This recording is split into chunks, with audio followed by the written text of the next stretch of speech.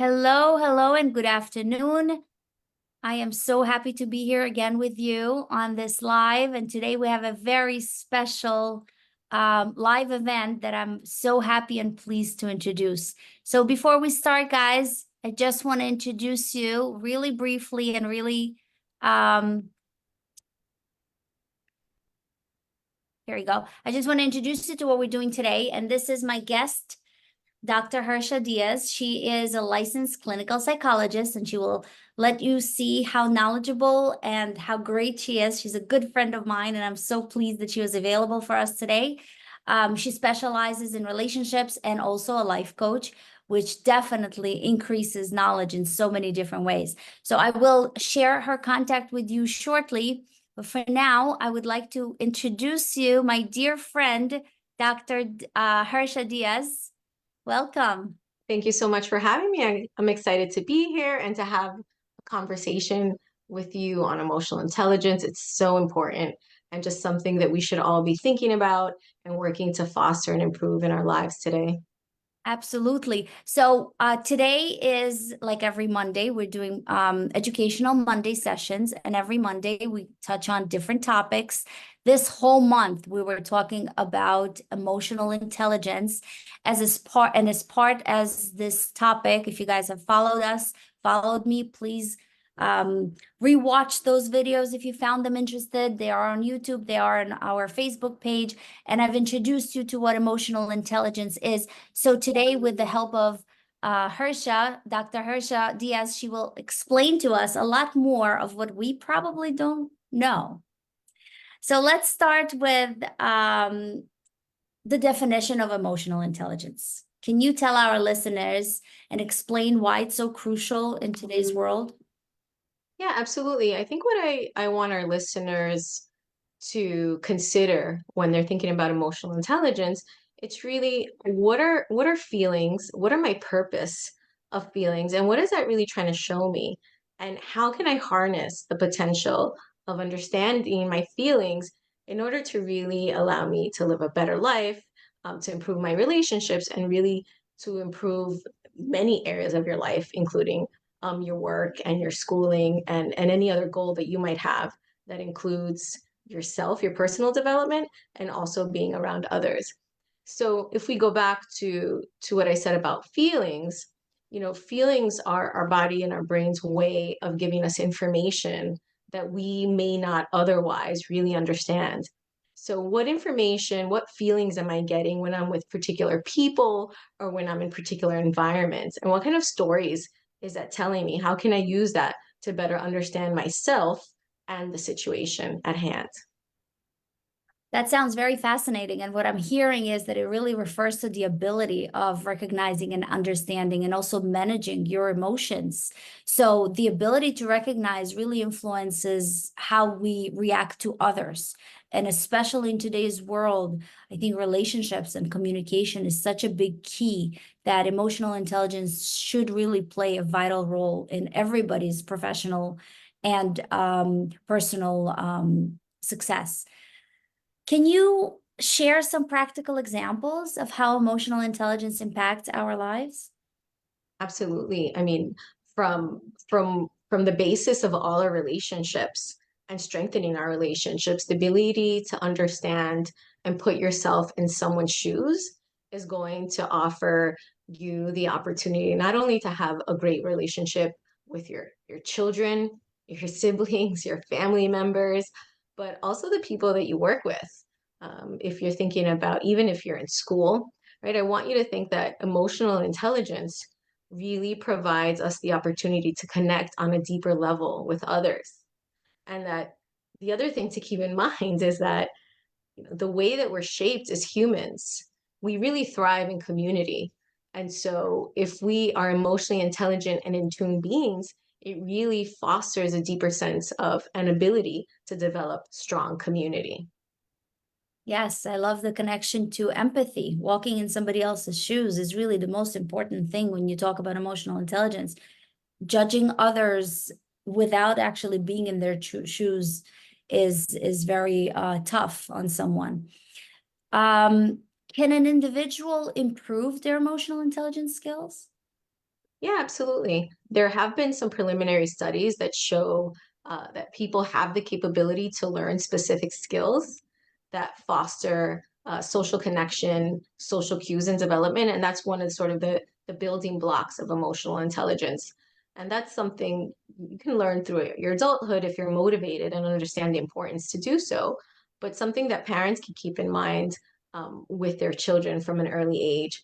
So, really helping to foster emotional intelligence would mean that you are offering opportunities for your child to develop empathy, to look outside themselves, to understand how other people may function or view the world.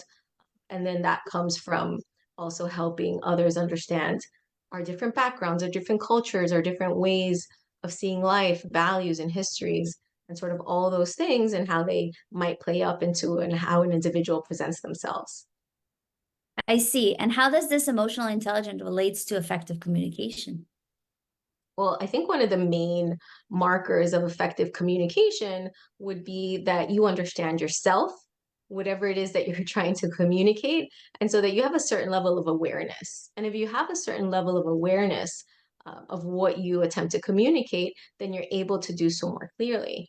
One of the, I would say, difficulties that many people encounter is that throughout their life and early development, they may not have been taught how to identify their emotions, how those emotions impact their behaviors, and even their own internal stories about themselves and about others.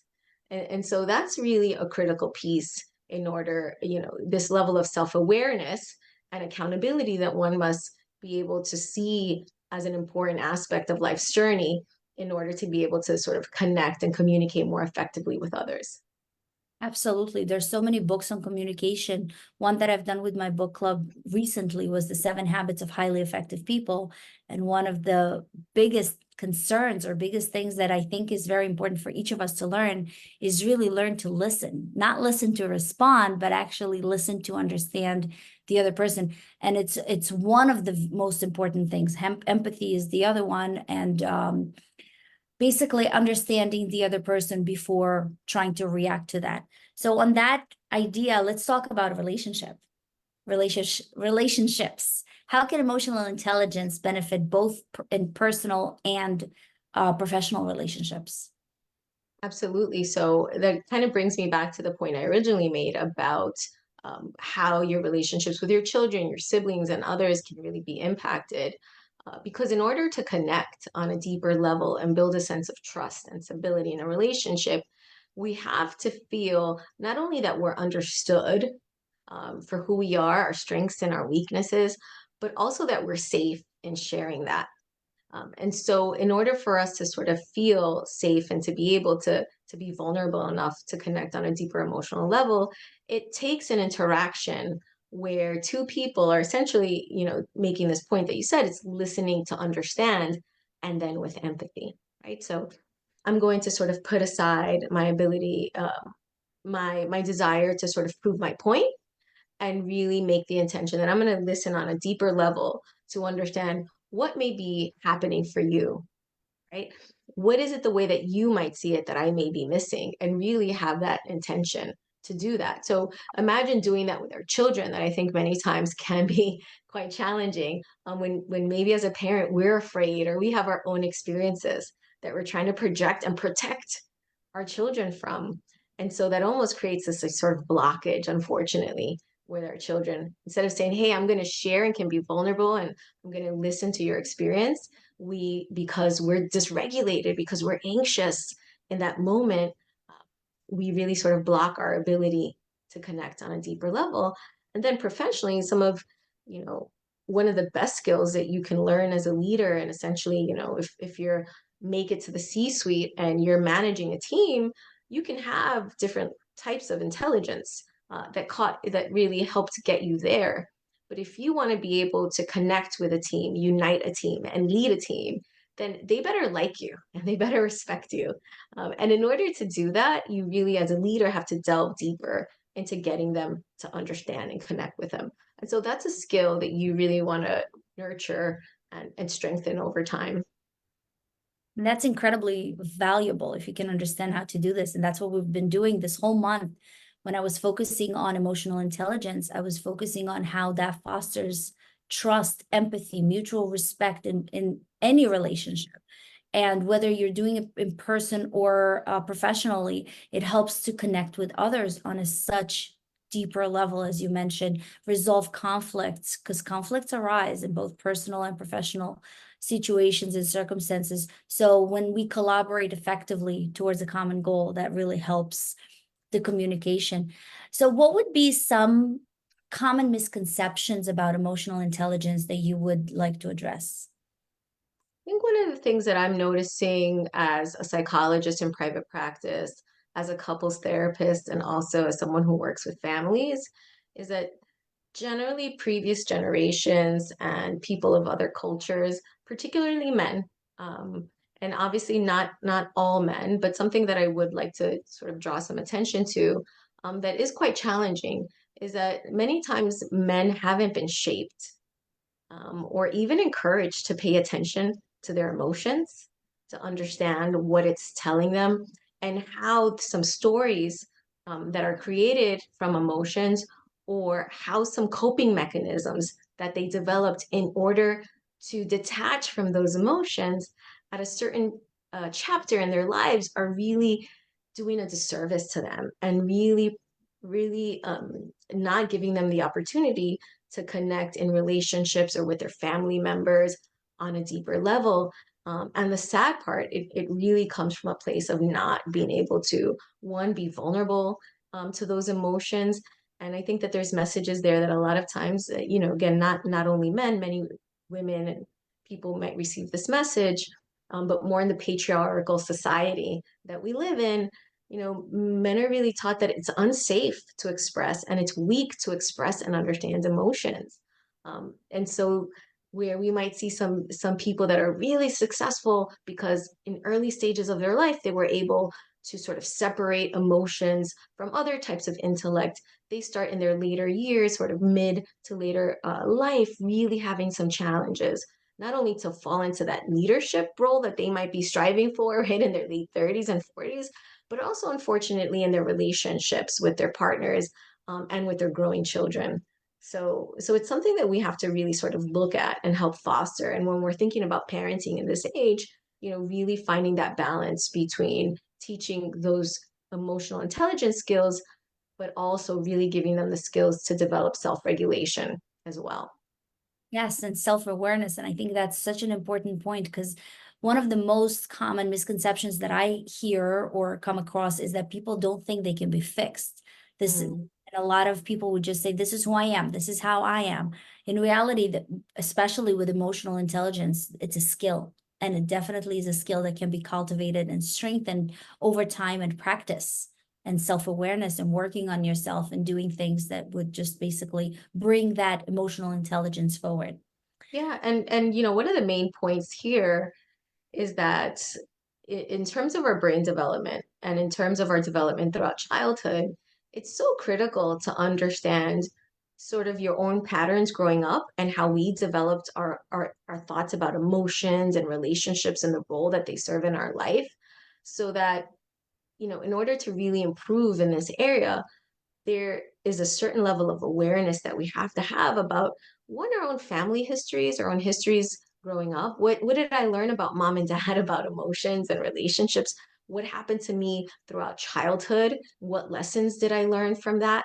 Because essentially, in those moments that were quite emotionally intense periods, our brain remembers that and sort of categorizes that in sort of in different areas of our brain. And so when we face a similar situation throughout our adulthood and late adulthood, we revert back into those old states of being and patterns.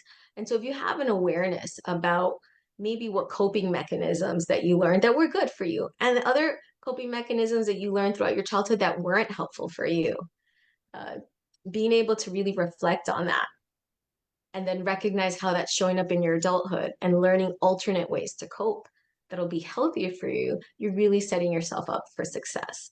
So the idea is that those of you who believe that you cannot change, you will not change because that's the message that you're sending to yourself. We also know neurobiologically that when we think a certain way, we can actually produce chemicals in our brain that will reinforce that messaging.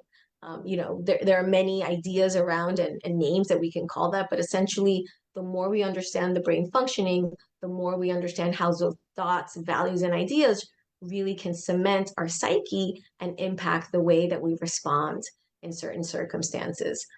So really, for those of you who want to change and believe in change and see the value in this, you're ahead of the game. And that's sort of survival of the fittest, right? So those who can adapt and learn from the past, those are the ones who survive and thrive. So it's exciting to be able to do this sort of talk, especially if we can help parents who are really invested in their children's education and their development, and also for those teenagers who are going through their own challenges throughout their life, for them to sort of take on this information and understand the long-term benefits that you could have by developing really healthy skills, life skills. Yeah, I'm so happy you brought this up because that is really what I wanted to focus. I wanted to focus on childhood development. How can parents foster emotional intelligence in their children from a young age? And we know, as you mentioned, we as parents, or as our parents have shaped us the way we are to react to the world, the way we were taught to react. So how can that be fostered by a parent? Yeah, I think, look, something that every generation sort of faces and is going to be part of our journey is looking at how our world continues to change. And what are some things that we can instill? What are some values that we can instill and lessons that we can instill in our children that worked for us, that we learned, right, that were passed down to us? And the reality is that also our world changes so much that some of it also requires our own flexibility and adaptability, right? And so depending on our background, our culture, and our history, there are going to be certain patterns that we learned that were really healthy in terms of interactions, and there are going to be some patterns that may not have been so healthy that we want to look at and reflect on. And so, really, the best thing that you can do for your child is really work on yourself, right? And if you really want to help set up your child for emotional development and success, healthy and happy relationships, then we really have to look at the role that we're playing, right? And how we're sort of involving ourselves in being models for that. Yeah, I think that is a valuable advice for parents, those parents that are listening to us. The best way to help your children is really develop yourself. So that actually covered some of the foundation aspect of emotional intelligence. Now, I want to dive into workplace dynamic. How does emotional intelligence influence interaction and leadership in a workplace? Yeah, I think that ties into sort of what I spoke to about a little earlier, which is that you can have different types of intelligence that need you to be to have certain promotions or to be in a certain position of power. But if you cannot harness the ability to connect and understand others, you can really impact the dynamic, the worst workplace culture, right? And people's ability and willingness to want to work with you, people's even creativity and ability to problem solve can be impacted by a poor leader. Think about it very much as, being in a workplace where you're not feeling understood, you're not feeling valued for your strengths and what you bring to the table, your ideas. If that's not being fostered, then you're going to lose motivation, trust um, within the organization, and the willingness to help the organization succeed. But if you as a leader can connect on a deeper level with people, then that can only work to really motivate people to be aligned with values, to feel safe, to feel motivated, to want to go into the workplace, to want to connect with you on a deeper level. And so when you have a good relationship and you foster a healthy working dynamic, then you will have people that really give you their best. And so if you can see it from that lens, it really can optimize not only the organizational goals, the personal goals, um, but well-being in general. Yeah, so leaders with high emotional intelligence are so much better to inspire and motivate their team They can resolve conflict in a different way. They can create a positive work environment, which is so important to foster a healthy workplace and work culture. How do cultural factors influence the development and expression of emotional intelligence? Yeah, absolutely. So if you think about it, depending on not only when we came, when our where our families are from, what are the messages and the stories that we learn through our culture about how do you connect with people, how much do you share about your lives and about others, are we sort of a community-based culture, or are we more an individualistic culture? All of that is going to shape your ability to connect on a sort of deeper level. Even right, our immigration status, how sort of acculturated you are to being, quote unquote American versus, and then the struggle between holding some of the aspects of your culture, your religion, your identity, and sort of navigating that within sort of, right, if we're here in America and sort of the Western realm. And so, oh, it goes back to awareness, really, right? So doing this personal journey about, and I really, we talk about in psychology a lot of sort of the intergenerational traits that get passed down, right? And so we know genetically our ancestors passed down, right? We survived and we're here, so they passed down this wonderful set of traits. And it's almost right as the ones living in this world, it's our job now not only to pass down those strengths, but also look at where we can strengthen, right? Maybe some areas of weakness so that we can set up the next generation for more success. So it really comes back to being invested in your self awareness, being able to look within, being vulnerable, and looking at yourself and say, hey, where can I improve in my own development, my own patterns here of relating and coping? And what are some patterns that I'm seeing about myself in relationships? That's actually a great point about cultural sensitivity. Let's try to talk about mental health. How does emotional intelligence contribute to mental health and well-being? Absolutely, it's critical, right? So part of what we know as animals and beings is that we thrive in community. We were meant to be in community in order to survive. And in this day and age, in order for us to strengthen our support system in our community, there needs to be a certain level of emotional intelligence, the sort of give and take that occurs. And so imagine if you're someone who doesn't have, moderate to high EQ, then you're more likely to live an isolated or withdrawn life. And then that will definitely impact your mental health, and sort of can impact your long-term health as well. Yeah, so essentially, people with high emotional intelligence are so much more equipped to cope with different stressful situation, regulate emotions, maintain positive relationships, and do all the things that are really helpful by the knowledge of emotional intelligence. So I find it very, very insightful. Can you share any success stories or case studies where improvement of emotional intelligence led to positive outcomes? Absolutely. I would say that, I can talk about most of my cases in my private practice. And I get to really experience the beauty of that journey. Typically, people will come into therapy because they're having, I would say, 95 to 99% of the issues that people come into therapy for surround relationships. It's part of the human struggle. And I think all of us can relate, right? It's one of those things that is such a significant part of our life journey. It's that desire to love and to be loved. Um, And so what we learn is that really you're better equipping yourself when you can go through that journey of not only understanding, right, your own patterns and responses in relationship, but also to do the work to how can I connect on a deeper level to this person? How can I relate? How can I improve those dynamics? So I see it all the time with parents and children in therapy when I can get the parent to recognize that their difficulty connecting from their child with their child is because a lot of their own fears and thoughts and feelings, right, related to their own childhood that may not be resolved, that they might not have been even in touch with because they had to survive different things. Now it's getting reenacted with their children. And I get to explore these like beautiful moments where, right, it kind of like comes together.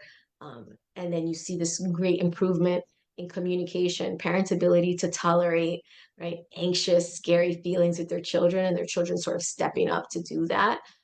I see it with couples when couples can finally regulate and relax themselves enough to be vulnerable with each other, and they get out of that fight or flight sort of tit for tat mode where, right, they're both angry and scared and things are coming up, so they have a hard time really looking past that and relaxing themselves to see their partner's point of view, and then helping them, over the years really develop ways to keep themselves connected. So mostly I get to see it with families and children, but I've also done some consulting work, helped problem solve within certain organizations because, if you think about it, many of us pre-COVID spent the majority of our time in offices with our coworkers, probably spent more time with our coworkers than our own family members. So interestingly enough, a lot of our own family dynamics would get replayed within the workplace. And so it's just a wonderful opportunity you can give yourself to be able to really reflect and learn more about your own journey, your development, and how that's showing up and impacting you, your quality of life, and your relationships today. Yeah, it's really inspiring to hear how emotional intelligence can truly, truly transform lives. And as you touched based on the workplace, obviously a lot of us change the dynamics. A lot of us are working from home, but how can a workplace promote and support this development of emotional intelligence among the employees for places that are still working from the office and connecting between different people? Yeah, it starts from the leadership, really, from the leadership and bringing its way down to foster this culture of wanting to sort of harness and own in on individual strengths, building good teams and creating a safe space to discuss that. And I think, another piece that's critical in terms of developing our emotional intelligence, our sense of well-being in the workplace is really creating, I think, an environment where organizations are really walking the walk and not just talking the talk about we care, self-care, and we want to prevent burnout.